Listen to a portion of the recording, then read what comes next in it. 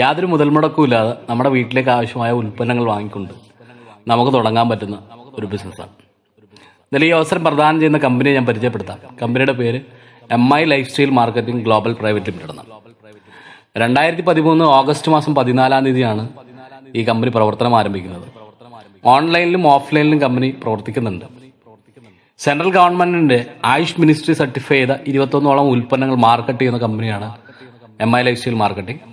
അതുപോലെ തന്നെ സാധാരണക്കാരന് വാങ്ങി ഉപയോഗിക്കാൻ പറ്റുന്ന ഒരു പ്രൈസ് റേഞ്ചിലുള്ള ഉൽപ്പന്നങ്ങൾ മാർക്കറ്റ് ചെയ്യുന്ന കമ്പനിയും കൂടിയാണ് MI ലൈഫ് സ്റ്റൈൽ മാർക്കറ്റിംഗ്. എന്തായാലും ഇതൊരു മാർക്കറ്റിംഗ് കമ്പനിയാണെന്ന് സൂചിപ്പിച്ചു. അതുകൊണ്ട് തന്നെ ഈ കമ്പനി മാർക്കറ്റ് ചെയ്യുന്ന ഉൽപ്പന്നങ്ങളെ പരിചയപ്പെടാം. ഉൽപ്പന്നങ്ങളെ പരിചയപ്പെടുന്നതിന് മുമ്പ് ഈ ഉൽപ്പന്നങ്ങളുടെ സർട്ടിഫിക്കേഷൻസ് എന്തൊക്കെയാണെന്ന് നോക്കാം. FSSAI സർട്ടിഫിക്കേഷൻ, GMP, MHRA, റെപ്റ്റക്കോസ് ബ്രെഡ് ലാബ്. അതിൽ ഏറ്റവും പ്രധാനപ്പെട്ട സർട്ടിഫിക്കേഷനാണ് ആയുഷ് പ്രീമിയം മാർക്ക്. ആയുഷ് ഒരു സെൻട്രൽ ഗവൺമെന്റ് ഡിപ്പാർട്ട്മെന്റ് ആണ്. Ayurveda, yoga, Unani, Siddha, homeo, naturopathy. Ayush certify ചെയ്ത ഒരു ഉൽപ്പന്നം എന്ന് പറഞ്ഞാൽ ഗുണനിലവാരത്തിന്റെ കാര്യത്തിൽ ഇന്ത്യയിൽ കിട്ടാവുന്ന ഏറ്റവും മികച്ച ഗുണനിലവാരത്തിലുള്ള ഉൽപ്പന്നങ്ങളായിരിക്കും. ഇനി ഈ ഉൽപ്പന്നങ്ങളുടെ പിന്നിൽ ഒരു സ്ട്രോങ് ആയിട്ടുള്ള റിസർച്ച് ആൻഡ് ഡെവലപ്മെന്റ് ടീമുണ്ട്. നമ്മുടെ റിസർച്ച് ആൻഡ് ഡെവലപ്മെന്റിന്റെ തലപ്പത്തുള്ളത് ഡോക്ടർ DB അനന്തനാരായണൻ. ആയുർവേദ രംഗത്ത് 42 വർഷത്തെ പ്രൊഫഷണൽ എക്സ്പീരിയൻസ് ഉള്ള വ്യക്തിയാണ്. നിരവധി കമ്പനികളിൽ പ്രവർത്തിച്ചിട്ടുള്ള വ്യക്തി. അതുപോലെ തന്നെ ഡോക്ടർ KC ഗവണ്ടൻ, അദ്ദേഹവും കോസ്മെറ്റിക് രംഗത്ത് ഇന്ത്യയിലെ പ്രഗത്ഭനായ സയന്റിസ്റ്റുമാരുടെ ഒരാളാണ്. അങ്ങനെ നിരവധി ആൾക്കാർ, ഒരു 30ഓളം വരുന്ന സയന്റിസ്റ്റിന്റെ പാനലാണ് ഈ കമ്പനിയുടെ research and development wing handle ചെയ്യുന്നത്. ഇനി ഈ കമ്പനി മാർക്കറ്റ് ചെയ്യുന്ന ഉൽപ്പന്നങ്ങൾ നമ്മുടെ വീട്ടിലേക്ക് ആവശ്യമുള്ള ഉൽപ്പന്നങ്ങളുണ്ട്. അതുപോലെ തന്നെ അഗ്രികൾച്ചർ ഉൽപ്പന്നങ്ങളുണ്ട്. നമ്മുടെ വീട്ടിൽ ആവശ്യമായിട്ടുള്ള ഹോം കെയർ ഉൽപ്പന്നങ്ങൾ. അതുകൂടാതെ ഏറ്റവും പ്രധാനമായിട്ട് കാറ്റഗറി വെൽനസ് കാറ്റഗറിയിലുള്ള ഉൽപ്പന്നങ്ങളാണ് ഈ കമ്പനി മെയിനായിട്ട് ഫോക്കസ് ചെയ്യുക. എന്താണ് വെൽനസ് എന്ന് ചോദിച്ചാൽ, രോഗം വരുന്നതിന് മുമ്പേ രോഗത്തെ പ്രതിരോധിക്കുന്ന രീതിയാണ് വെൽനസ് എന്ന് നമ്മൾ വിളിക്കുക. അപ്പം എന്തായാലും ഞാൻ ഉൽപ്പന്നങ്ങളിലേക്ക് കിടക്കുകയാണ്. വളരെ ഡീറ്റെയിൽഡ് ആയിട്ട് പറയുന്നില്ല, കാര്യം ഉൽപ്പന്നങ്ങളെ പറ്റി ഒരുപാട് പറഞ്ഞു പോകാനായിട്ടുള്ള ഒരു സമയം നമുക്കില്ല. അതുകൊണ്ട് വളരെ കുറച്ച് സമയത്തിനുള്ളിൽ പറയാം. നമ്മുടെ ലിവറിനെ പ്രൊട്ടക്ട് ചെയ്യാനായിട്ട് പ്രൊഡക്റ്റ് ലിവർ ഗെയിൻ, സ്ത്രീകളിലെ പീരിയഡ് സംബന്ധമായ പ്രശ്നങ്ങൾക്ക് വുമൻ കമ്പാനിയൻ, ചുമയ്ക്ക് വേണ്ടിയിട്ടുള്ള സിറപ്പ് കഫ്റ്റില്, രക്തശുദ്ധീകരണത്തിന് മൾട്ടികാർഡ് ബ്ലഡ് പ്യൂരിഫയർ, അതുപോലെ തന്നെ രക്തത്തിലെ ചുവന്ന രക്താണുക്കളുടെ കുറവിന് വേണ്ടിയിട്ടുള്ള feeling and liquid, kidney stone related ആയിട്ടുള്ള പ്രശ്നങ്ങൾ യൂറി ഫ്ലഷ്, ഡെയിലി ഡീടോക്സിഫയർ ആണ്, വെൽ ഹാർട്ട് ഹൃദയാരോഗ്യം സംരക്ഷിക്കാൻ, ബിലോ 37 പനിക്ക് വേണ്ടി ഉപയോഗിക്കാം, ലിവഗേൻ്റെ തന്നെ capsule, fight stress, tension, stress പോലുള്ള പ്രശ്നങ്ങൾക്ക്, ഇമ്മ്യൂണോ 3+ ഗ്യാസ് അസിഡിറ്റിക് പ്രശ്നങ്ങൾക്ക്, അതുപോലെ സ്പെർലിന ഗോൾഡ് നമ്മുടെ ഒരു സൂപ്പർ ഫുഡാണ്, മാൻ ശക്തിമാൻ കുട്ടികളില്ലാത്ത പ്രശ്നങ്ങൾക്ക് വേണ്ടിയിട്ടുള്ളത്, നോവേദന ക്യാപ്സൂൾ പെയിൻ കില്ലറാണ്, ഡയബറ്റിക് ആയിട്ടുള്ള ആൾക്കാർക്ക് വേണ്ടി. ഇനി ന്യൂട്രീഷണൽ കെയറിൽ നോക്കുകയാണെങ്കിൽ നാറ്റ്സിയം എന്ന് പറഞ്ഞിട്ട് കാൽഷ്യം ടാബ്ലറ്റ് വരുന്നുണ്ട്, ന്യൂട്രൽ ലൈഫ് എന്ന് പറഞ്ഞൊരു സമ്പൂർണ്ണ പോഷകാഹാരം, പ്രോട്ടീൻ പൗഡർ, തടി കുറയ്ക്കാനായിട്ട് sit and burn fat, melt fat, നൈനീഫ് എന്ന് പറഞ്ഞ പ്രീമിയം ഹെൽത്ത് ഡ്രിങ്ക് വരുന്നുണ്ട്, കവച് പ്രാഷ് എന്ന് പറഞ്ഞൊരു ഇമ്മ്യൂണിറ്റി ബൂസ്റ്റർ വരുന്നുണ്ട്, പേഴ്സണൽ കെയറിൽ EGA12 എന്ന് പറഞ്ഞിട്ട് ആന്റി ഏജിങ് ക്രീം വരുന്നുണ്ട്, അണ്ടർ ഐ ജെല്ല്, അതുപോലെ തന്നെ വിവിധ തരത്തിലുള്ള ഹാൻഡ് മെയ്ഡ് ഗ്ലിസറിൻ സോപ്പുകൾ, body whitening lotions, body moisturising lotion, അതുപോലെ തന്നെ hair oil, shampoo, anti dandruff complete care, paste, red herbal paste, tulsi neem paste, Novedana gel, wound healing cream, champion തൈലം, fairness cream, face wash, body butter, emollient cream, moisturising cream, face wash, hand wash, scrub, shampoo, ഇങ്ങനെ നിരവധി ഉൽപ്പന്നങ്ങളാണ് ഈ company market ചെയ്തുകൊണ്ടിരിക്കുക. എന്തായാലും ഇതിനകത്തൊരു business ഉണ്ടെന്ന് ഞാൻ സൂചിപ്പിച്ചു. എന്താണ് ഈ ബിസിനസ് എന്ന് പറയാം. ഈ ബിസിനസ്, ഈ ഒരു കൺസെപ്റ്റ് എന്ന് പറയുന്നത് ഡയറക്ട് സെല്ലിംഗ് എന്ന് പറയുന്നതാണ് കൺസെപ്റ്റ്. ഇപ്പം എന്താണ് ഡയറക്ട് സെല്ലിംഗ് എന്ന് വ്യക്തമായി മനസ്സിലാവണമെങ്കിൽ ഇന്ന് നമ്മൾ അനുഭവിച്ചുകൊണ്ടിരിക്കുന്ന ബിസിനസ് രീതി എന്താണെന്നറിയണം. ഇന്ന് നമ്മൾ അനുഭവിച്ചുകൊണ്ടിരിക്കുന്ന ബിസിനസ് രീതിയെ ട്രഡീഷണൽ മാർക്കറ്റിംഗ് അല്ലെങ്കിൽ പരമ്പരാഗതമായ വിപണന രീതി എന്ന് വിളിക്കാം.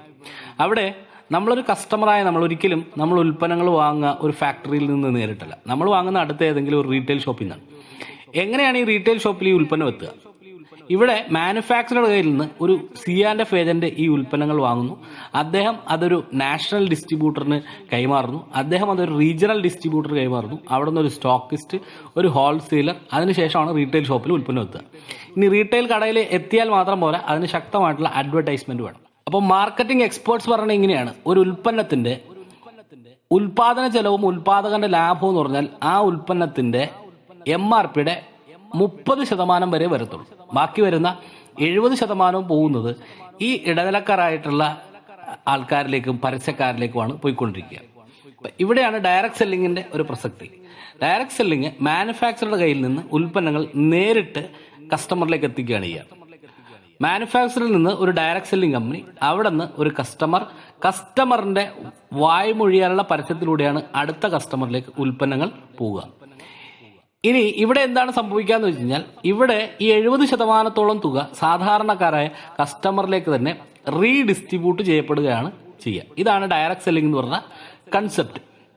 എന്തായാലും ഈ ഒരു ബിസിനസ്, ട്രഡീഷണൽ ബിസിനസ്സും ഡയറക്ട് സെല്ലിംഗും തമ്മിലൊരു വ്യത്യാസം എടുത്ത് നോക്കുകയാണെങ്കിൽ, ട്രഡീഷണൽ ബിസിനസ്സിൽ വലിയ രീതിയിലുള്ള ഇൻവെസ്റ്റ്മെന്റ് വേണം, അഡ്വർടൈസ്മെന്റ് വേണം, റിസ്ക് ഉണ്ട്, ലൊക്കേഷൻ ഒരു വിഷയമാണ്, ക്യാപിറ്റൽ നന്നായിട്ട് വേണം, സ്റ്റോക്ക് മെയിൻറ്റെയിൻ ചെയ്യണം, സ്റ്റാഫ് വേണം, നല്ല എക്സ്പീരിയൻസ് ഉണ്ടാവണം, ഇനി ഒരു ഫ്ലെക്സിബിളും അല്ല, അതിനൊരു ടൈം ലിമിറ്റും ഉണ്ട്. പക്ഷേ ഡയറക്ട് സെല്ലിംഗിന് എടുത്ത് നോക്കുകയാണെങ്കിൽ ഇവിടെ ഇനീഷ്യൽ ഇൻവെസ്റ്റ്മെന്റ് ഇല്ല, ഒരു അഡ്വർടൈസ്മെന്റ് വേണ്ട, ഡയറക്ട് സെല്ലിംഗ് മാത്രമേ ഉള്ളൂ, റിസ്ക് ഇല്ല, ലൊക്കേഷൻ ഒരു വിഷയമല്ല, ക്യാപിറ്റൽ വേണ്ട, സ്റ്റോക്ക് വേണ്ട, സ്റ്റാഫ് വേണ്ട, എക്സ്പീരിയൻസ് വേണ്ട, ഇനി ടൈം ഫ്ലെക്സിബിലിറ്റി ഉണ്ട്.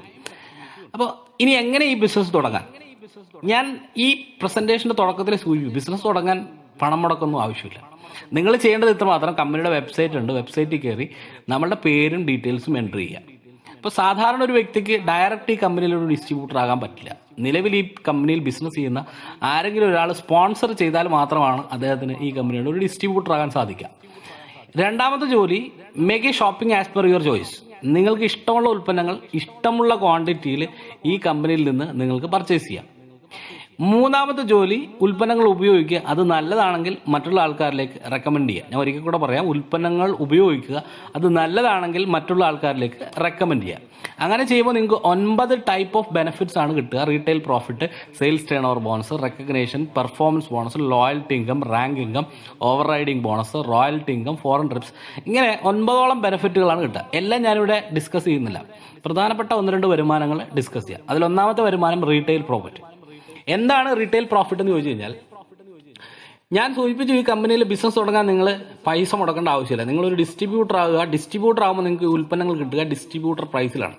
നിങ്ങൾക്കത് MRPക്ക് വിറ്റുകൊണ്ട് ലാഭം ഉണ്ടാക്കാം. ഉദാഹരണത്തിന് നമ്മുടെ ഒരു ഹെയർ ഓയിൽ ഉണ്ട്. ഹെയർ ഓയിലിന് MRP 380 രൂപയാണ്. ഒരു ഡിസ്ട്രിബ്യൂട്ടർ ആകുന്ന വ്യക്തിക്ക് 270 രൂപയ്ക്ക് ഈ ഉൽപ്പന്നം കിട്ടും. ഒരു ഉൽപ്പന്നത്തിന്റെ പുറത്ത് 110 രൂപ പ്രോഫിറ്റ് കിട്ടും. അങ്ങനെ ഒരു ദിവസം ഒരു 10 ഉൽപ്പന്നം വിറ്റാൽ 1100 രൂപ ഡെയിലി ഉണ്ടാക്കാൻ പറ്റും. അപ്പം ഇങ്ങനെ ആയിരങ്ങളും ലക്ഷങ്ങളും നിങ്ങൾക്ക് ഉൽപ്പന്നങ്ങൾ മാർക്കറ്റ് ചെയ്യുന്നതിലൂടെ വരുമാനം ഉണ്ടാക്കാം. ഇനി അടുത്തൊരു വരുമാനമുണ്ട്, അതിനെ വിളിക്കുക സെയിൽസ് ടേൺ ഓവർ ബോണസ് എന്നാണ്, അല്ലെങ്കിൽ ഇതിനെ കമ്മ്യൂണിറ്റി കൊമേഴ്സ് എന്ന് വേണേൽ വിളിക്കാം.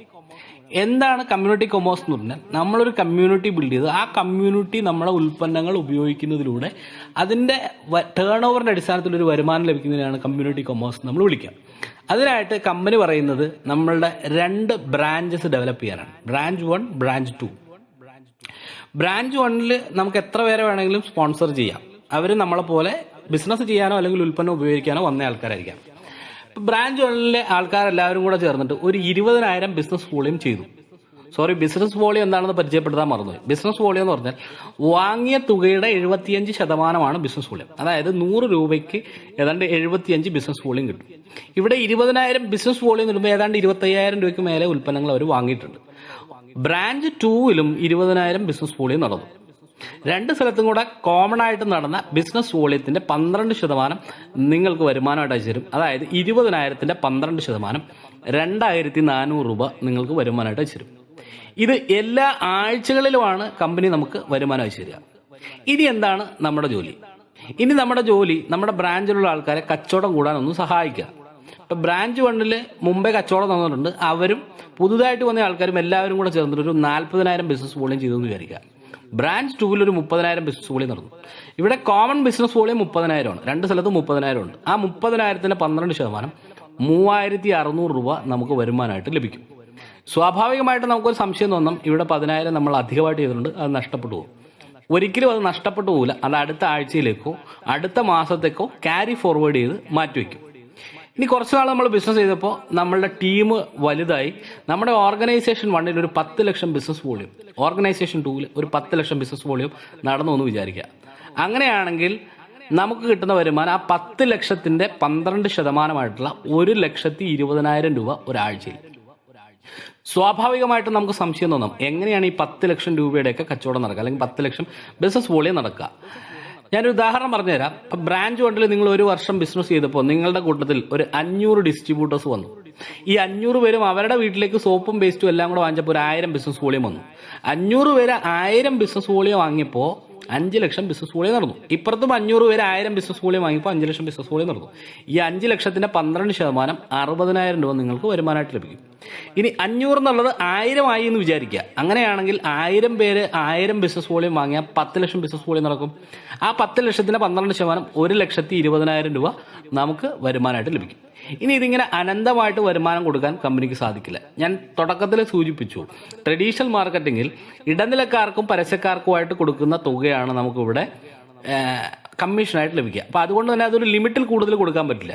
അപ്പോൾ കമ്പനി ഒരു ലിമിറ്റ് വെച്ചിട്ടുള്ളത് ഇങ്ങനെയാണ്: 17,50,000 മാച്ചിങ് ബിസിനസ് വോളിയത്തിന്റെ 12% 2,10,000 രൂപ ഒരാഴ്ചയിൽ. 2,10,000 എന്ന് പറയുമ്പോൾ ഒരു മാസത്തിൽ 4 ആഴ്ചകളിലായിട്ട് 8,40,000 രൂപ വരെ വരുമാനം വാങ്ങാൻ പറ്റുന്ന ഒരു അവസരത്തെ പറ്റിയാണ് ഞാൻ നിങ്ങളുമായിട്ട് സംസാരിച്ചത്. ഇനി ഈ ബിസിനസ്സിൽ എനിക്ക് ഏറ്റവും ഇഷ്ടപ്പെട്ടൊരു ഫെസിലിറ്റി എന്ന് പറയുന്നത് നോമിനേഷൻ ഫെസിലിറ്റിയാണ്. എന്താണ് നോമിനേഷൻ എന്ന് പറഞ്ഞാൽ, ഇപ്പം നമ്മൾ ബിസിനസ് ചെയ്തു, നമ്മളൊരു വലിയൊരു കൺസ്യൂമർ നെറ്റ്വർക്ക് ബിൽഡ് ചെയ്തു. നാളെ നമ്മളില്ലാത്തൊരു സാഹചര്യം വന്നാൽ നമ്മൾക്ക് കിട്ടിക്കൊണ്ടിരിക്കുന്ന വരുമാനം നമ്മുടെ നോമിനിയിലേക്ക് ഓട്ടോമാറ്റിക്കലി ട്രാൻസ്ഫർ ചെയ്യും. അപ്പോൾ ഇത്രയാണ് ബിസിനസ്സിനെ പറ്റി പറയാനുള്ളത്. ഇനിയും ഒരുപാട് കാര്യങ്ങൾ ഡിസ്കസ് ചെയ്യാനുണ്ട്.